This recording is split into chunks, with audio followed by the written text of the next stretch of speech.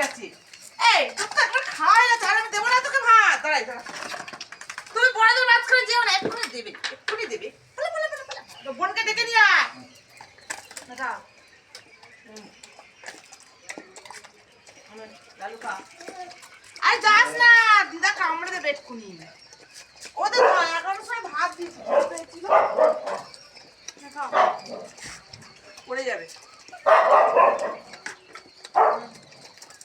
এই ছুটকি, এই ছুটকি রে, প্রত্যেকদিন খাওয়ার সময় ঝামেলা।